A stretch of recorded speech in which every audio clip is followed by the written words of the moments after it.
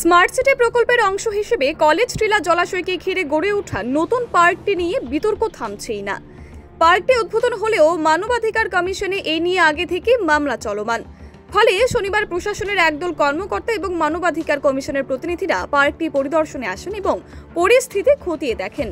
পরিদর্শনের পর কমিশনের প্রতিনিধিরা জানান, বহু বছর ধরে পরিযায়ী পাখিদের আশ্রয়স্থল ছিল এই জলাশয়, কিন্তু পার্ক নির্মাণের পর এলাকাটি ধীরে ধীরে বাণিজ্যিক কেন্দ্র হিসেবে গড়ে উঠছে, যা স্থানীয় জৈব বৈচিত্র্যের উপর বিরূপ প্রভাব ফেলতে পারে। পরিবেশ এবং জলাশয় সংরক্ষণ মঞ্চের পক্ষ থেকে এই পার্ক নির্মাণের বিরোধিতা করে মানবাধিকার কমিশনে আনুষ্ঠানিক অভিযোগ জানানো হয়েছিল। সেই প্রেক্ষিতেই কমিশনের তদন্ত দল এই পরিদর্শনে আসে।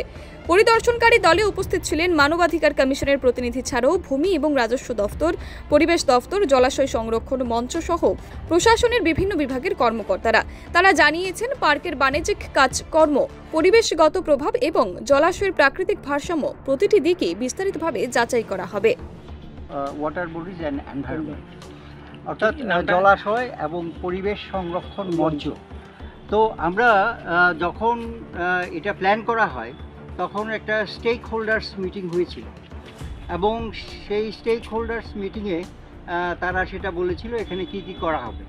তখন আমরা বলেছিলাম যে এখানে যদি এই সামনের দিকে যে পন্টুন মেথড করে সামনের জায়গায় ওরা একটা প্ল্যাঙ্ক বানিয়েছে, মানে পাটাতন। তো আমরা তখনই বলেছি যে এটা যদি করা হয় তাহলে অ্যামফিবিয়ান থেকে আরম্ভ করে সমস্ত প্রাণীদের মানে একটা চলাচলের সমস্যা হবে। এবং দ্বিতীয়ত এখানের যে মানে হ্যাবিটেট আছে, হ্যাবিটেটটা যদি নষ্ট হয় তাহলে এই যে মাইগ্রেটরি বার্ডস এখানে আসে, কমপক্ষে 30টা স্পিসিস আরও বেশি আসে। তো সেগুলো এখানে এসে ডিম পাড়ে এবং বাচ্চা ফোটায়, তারপর যখন শীত চলে যায় সেই বাচ্চাগুলো চলে যায়।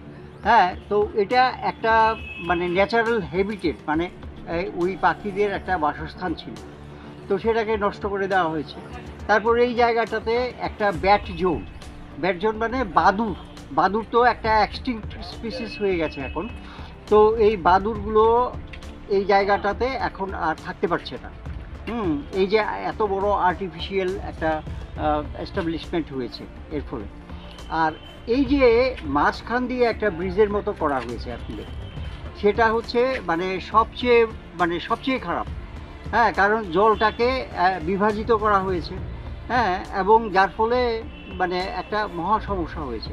অন্যদিকে প্রচুর এনক্রোচমেন্ট আছে এবং এই লেকের এরিয়াটা আপনি যদি দেখেন যে মাঝখান দিয়ে ব্রিজ হওয়ার ফলে মানে একটা বাধাপ্রাপ্ত হয়েছে এবং এটা একটা ডিভিশন তৈরি হয়েছে।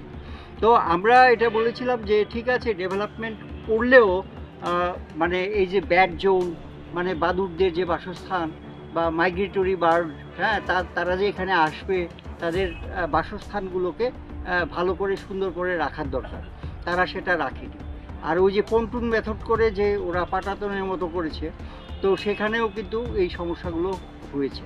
তো এর জন্যে আমরা ত্রিপুরা হিউম্যান রাইটস কমিশনে একটা কেস ফাইল করেছিলাম এবং হিউম্যান রাইটস কমিশনের তরফ থেকে বিভিন্ন দপ্তরকে নোটিশ দিয়েছে যে এটা কিভাবে করা হলো।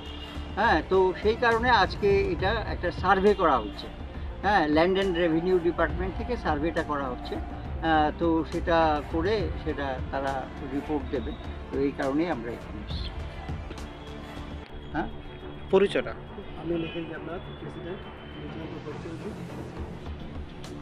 Bureau report, PV north east.